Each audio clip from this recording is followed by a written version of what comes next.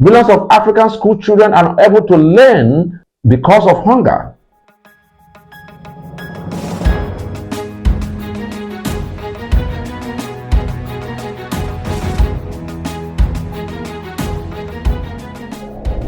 Yeah, welcome on Novel TV Live on this episode on interrogation. I'll take you on food sovereignty increases food security. Successive generations of African political leaders have paid lip service to food self-reliance while opening the food gate for import of cheap food that are considered integral to industrialization. Now, the systematic neglect of smallholder agriculture have created a dangerous vicious circle. With soaring food prices, climate change, and rapid population growth undermine food security in Africa, the continent is in their need of agricultural revolution. If you're looking for an argument in West Africa, try asking which country serves the best giraffe. While Senegalese can claim to have invented the popular rice dish, Nigeria, Ghana, and others across the region will fiercely defend their own recipe as the tastiest. But one thing is not in dispute. Much of the rice now used for jollof is grown not by West African farmers, but in India, Thailand, and Vietnam. Rice has been cultivated in Africa for more than 3,000 years, and it is now grown by more than 35 million farmers in 40 countries across the region. After maize, it is Africa's most important staples. Yet, Asian rice accounts for 40% of consumption in the region, making Africa the world's largest import market for the grain. Though the Senegal River Valley was one of the world's earliest rice centers, Senegal farmers now struggle to compete in the country's urban center against imports of rice from India. This development is symptomatic of a wider loss of food self-sufficiency in Africa owing to the population growth, urbanization, and expanding middle-class increased demand for food. While smallholder farming and rural livelihood is account for half of employment on the continent, African farmers have been pushed out of local market, and the region's overall food import bill has risen from $7.9 million in 2003-2005 to $47.6 million in 2018 to date. No region faces a more severe food crisis.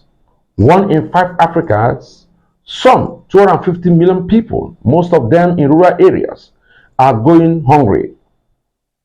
Progress towards United Nations goal of achieving zero hunger by 2030 stalled in 2014, and following the supply chain disruption triggered by Russia's full-scale invasion of Ukraine has gone into reverse. Sharply rising food import bills are amplifying inflation in a region where food accounts for 40% of average consumption basket.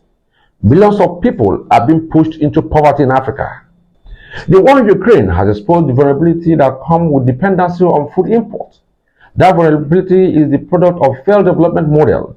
Successive generations of political leaders have paid lip service to food self-reliance while opening the floodgates for import of cheap foods, many of which are heavily subsidized and considered integral to industrialization.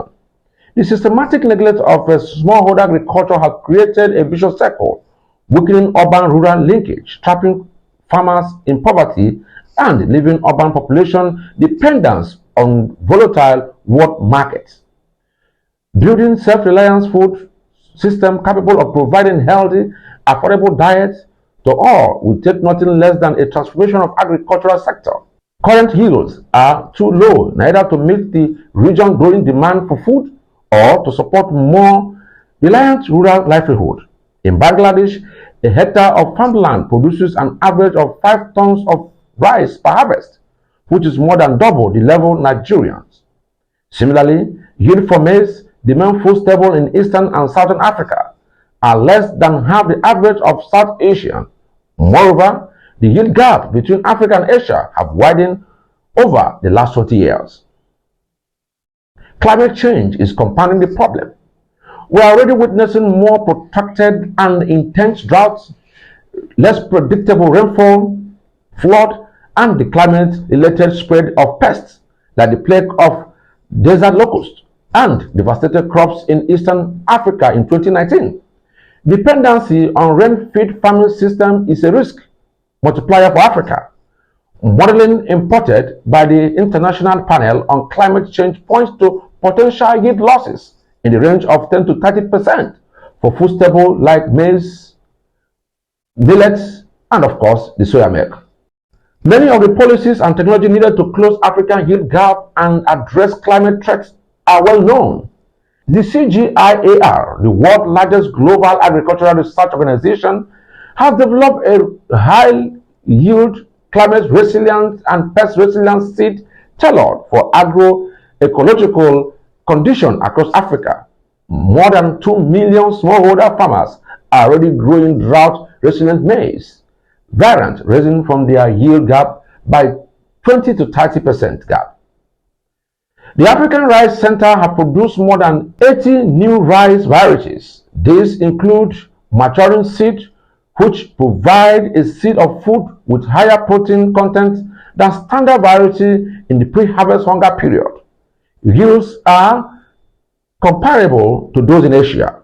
Evaluation finds that farmers, many of them women, adopting this seed are, in some cases, doubling their income. In Senegal, novel rice varieties are slowly creeping back market share for imported rice, creating new value chain and rural jobs, and displacing import use in giraffe. But new seed technology can realize the full potential only if they are part of an integral response. Farmers also need access to affordable capital, fertilizer, and productive infrastructure like irrigation, energy, and extension services.